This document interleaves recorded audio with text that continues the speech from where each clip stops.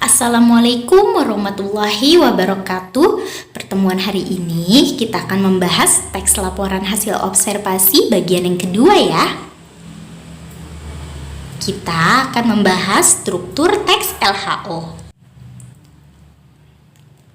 Struktur teks LHO yang pertama terdiri dari definisi umum, berisi gambaran umum tentang objek yang diamati ya. Kedua, definisi bagian berisi gambaran atau penjelasan rinci tentang objek yang diamati. Ketiga, definisi manfaat, isinya atau berisi tentang manfaat objek yang diamati. Perhatikan contoh struktur teks LHO berikut ini. Pada bagian pertama, isinya tentang definisi umum ya. Strukturnya yaitu berisi gambaran umum tentang objek yang diamati. Objeknya apa? Anggrek bulan. Lalu pada paragraf berikutnya adalah berisi definisi bagian atau penjelasan rinci tentang objek yang diamati. Dan pada paragraf terakhir berisi definisi manfaat. Manfaat dari objek yang diamati, manfaat dari anggrek bulan ya.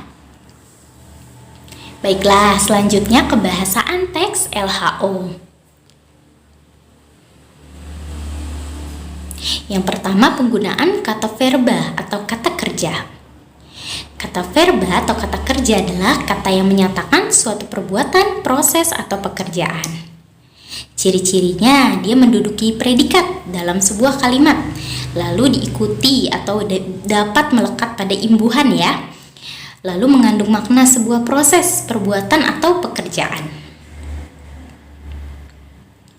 Contoh kata verba atau kata kerja: makan, tidur, tumbuh, jalan, bangun, masak, dan sebagainya.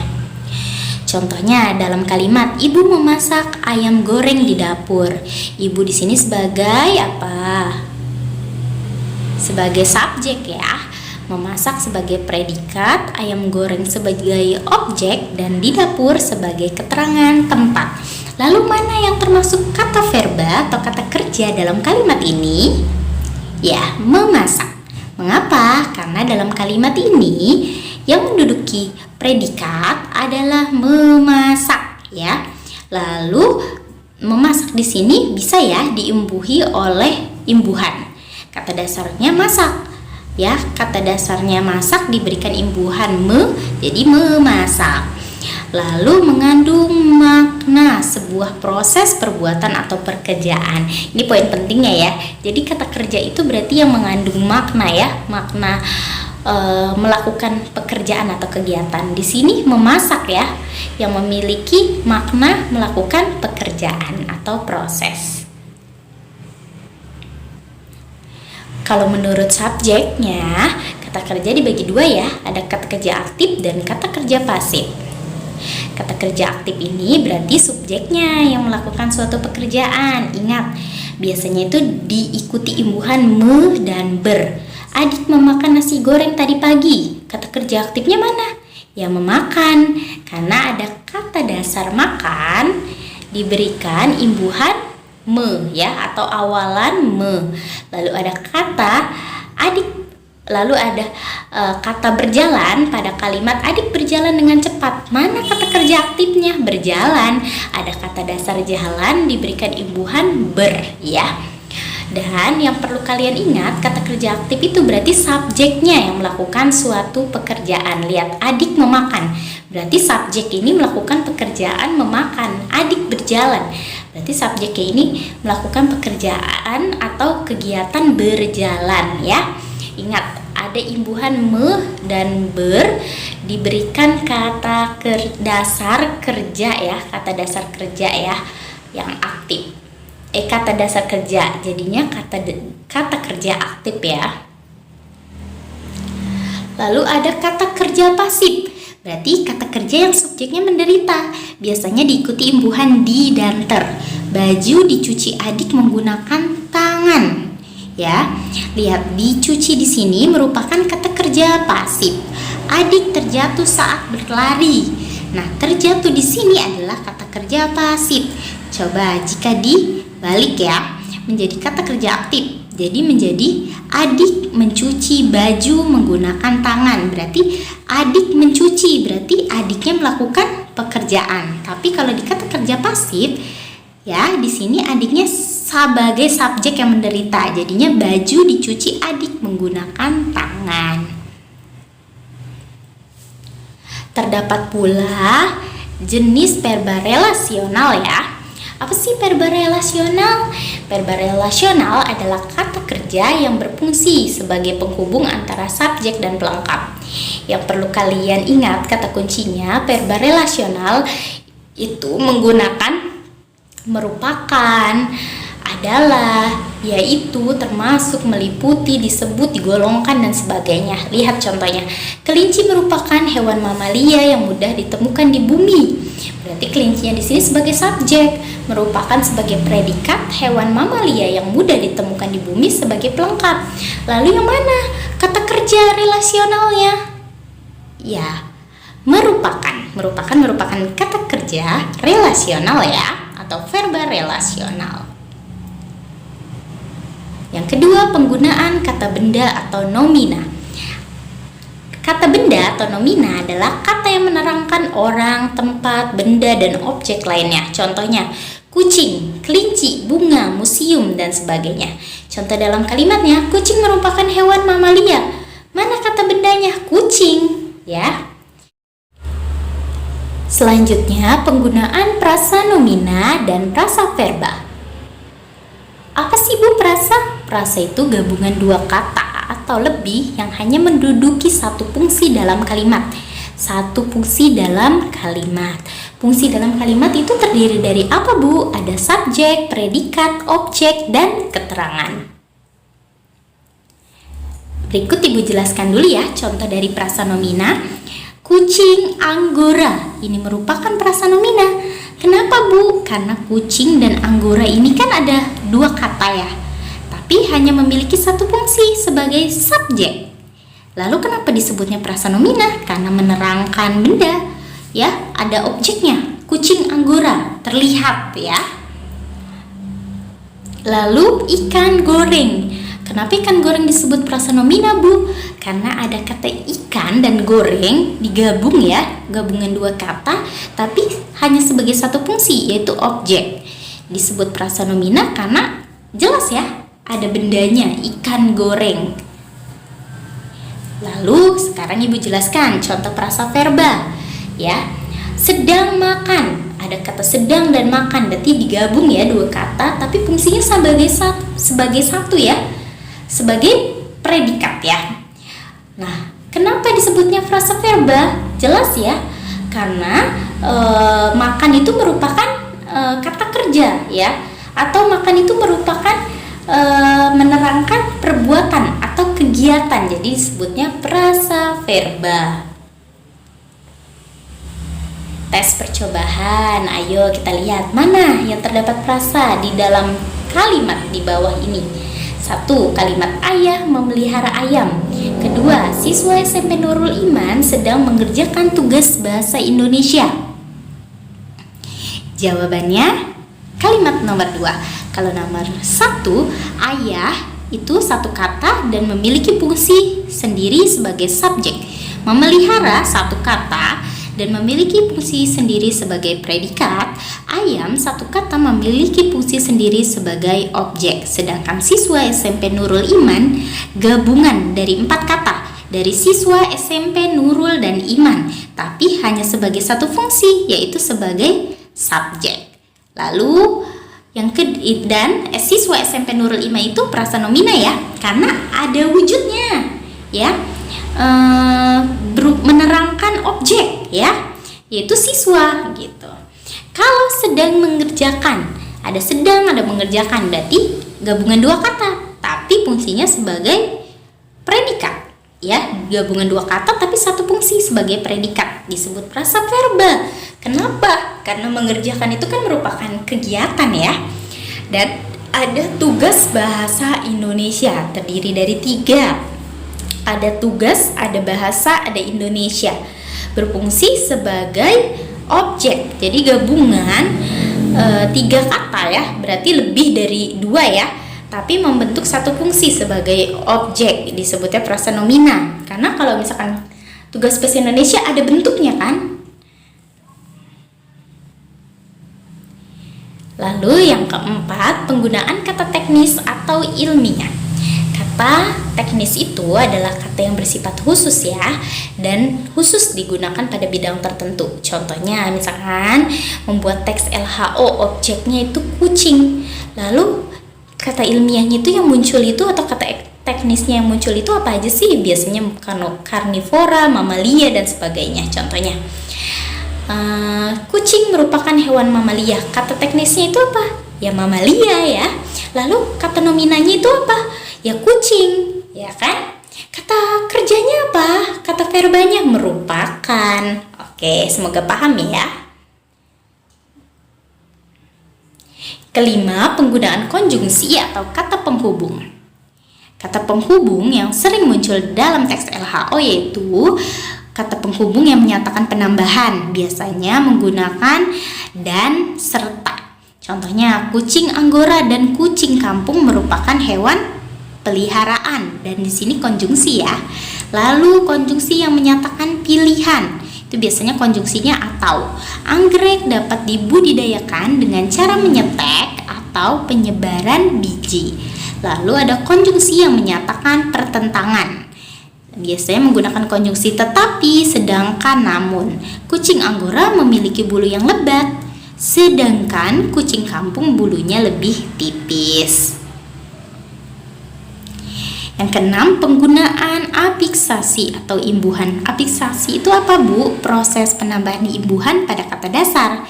Afiksasi itu yang kalian harus ingat terdiri dari prefiks awalan, infiks itu sisipan, sufiks akhiran, dan konfiks itu gabungan awalan dan akhiran. Mari kita lihat penjelasannya. Contohnya prefiks awalan. Itu ada awalan me, ber, ter, per, ke, se, di, me menasal, dan pe menasal. Contohnya Ibu memberikan contoh me menasal ditambah kata dasar setek. Ya, Ibu sudah jelaskan waktu teks deskripsi. Kalau fonem K, T, S, P atau huruf K, T, S, P, jika diberikan imbuhan me menasal, maka kata SP ini meluluh ya. Contohnya me menasal ditambah kata dasar setek, jadi menyetek. Misalkan me menasal diberikan kata dasar sapu, menjadi menyapu. Ya, jangan dilupakan. Infiks sisipan, ada L, R, dan M. Misalkan kata dasar tunjuk diberikan sisipan L, menjadi telunjuk. Ada kata dasar suling diberikan sisipan R, menjadi seruling.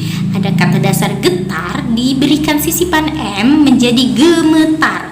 Dan ada sufiks ya, akhiran.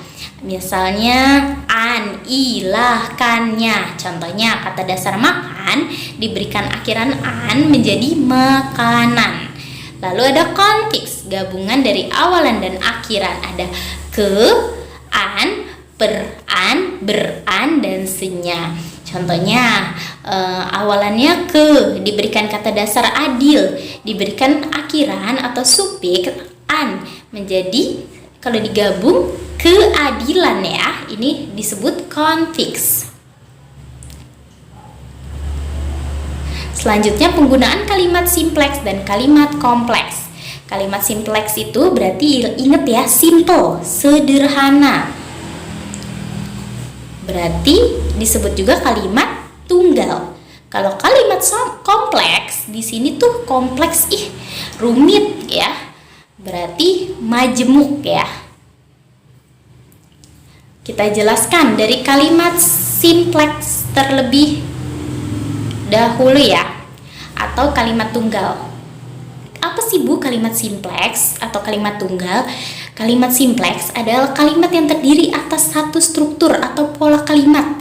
Yang perlu kalian ingat, kalimat simpleks ini sederhana dan tidak disertai kata penghubung. Contohnya, saya makan ayam goreng. Ya sudah, saya makan ayam goreng.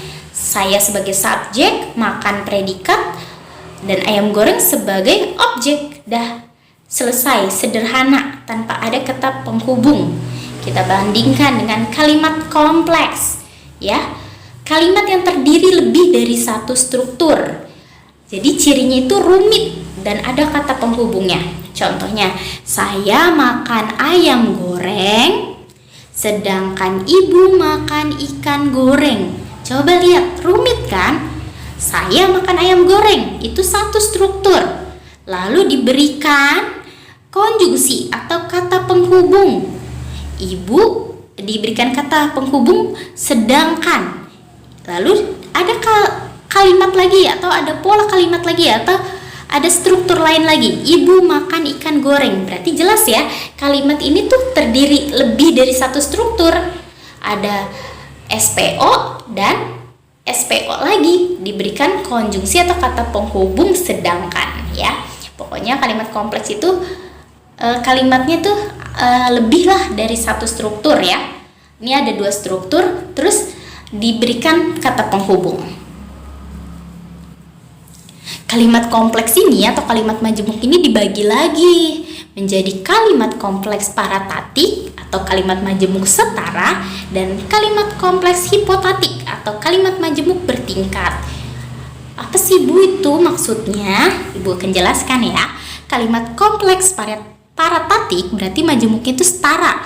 Berarti kan sudah jelas ya tadi ya, kalimat kompleks itu terdiri dari lebih dari satu struktur. Misalnya dua struktur, tapi maknanya sejajar atau setara.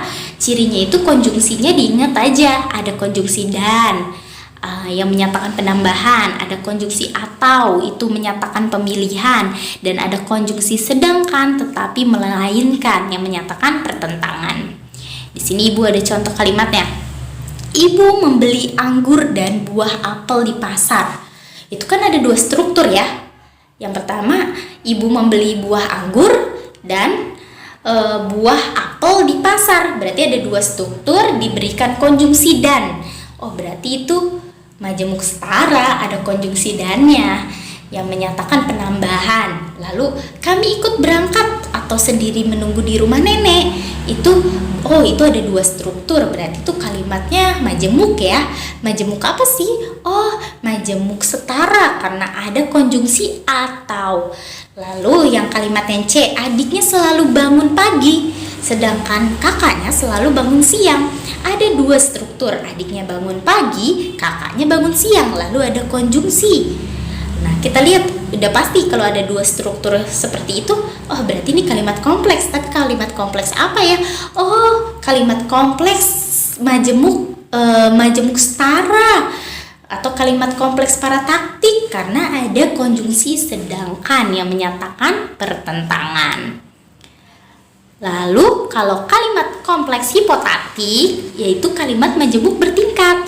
Sama, lebih dari satu struktur, bisa dua struktur ya, atau lebih, tapi maknanya itu enggak sejajar, bertingkat. Nah, cirinya ada anak kalimat dan induk kalimat, dan menggunakan konjungsi agar supaya itu menyatakan tujuan. Jika kalau menyatakan syarat dan menggunakan konjungsi karena sebab sehingga menyatakan alasan. Contohnya apa Bu? Nih, ibu akan pergi umroh jika mempunyai uang. Ya kan, ada dua struktur kan di sini. Oh, tapi konjungsinya itu jika. Oh, berarti itu masuknya ke kata penghubung. Konjungsi jika itu masuk ke dalam majemuk bertingkat atau kompleks hipotatik. Lalu adik tidak berangkat ke sekolah karena ia terlambat bangun pagi. Ada dua struktur. Oh, benar, itu udah pasti kalimat kompleks setara atau bertingkat ya. Oh, ada kata penghubung karena. Oh, berarti ini merupakan kalimat majemuk atau kompleks hipotatik atau kalimat majemuk bertingkat. Tugasnya hari ini coba diperhatikan kalimat berikut ini. Ibu mencuci baju di kamar mandi. Baju dicuci ibu di kamar mandi. Mana yang merupakan kata kerja aktif dan pasif? Lalu jelaskan ya. Lalu nomor 2, kakak sedang belajar bahasa Indonesia. Yang B-nya, anggrek bulan dapat hidup dengan cara digantungkan. Perasa verba pada kalimat A yang mana? Lalu perasa nomina pada kalimat B yang mana? Lalu tugas yang ketiga, kucing sedang makan ikan goreng di dapur. Kalimat di atas apakah termasuk kalimat kompleks ya? jelaskan. Jika iya atau jika bukan, jelaskan. Adik menangis kencang karena jatuh dari sepeda. Apakah kalimat di atas termasuk kalimat simplex? Jika iya, jelaskan. Jika bukan, jelaskan. Yang kelima, apakah perhatikan kalimat berikut ini. Anaknya makan ayam goreng, sedangkan ibunya hanya makan ikan asin. Nah, ini udah jelas ya, kalimat kompleks. Tapi kompleksnya itu kompleks paratatik atau hipotatik. Ayo, jelaskan ya. Semoga kalian paham dengan penjelasan dari Ibu. Wassalamualaikum warahmatullahi wabarakatuh.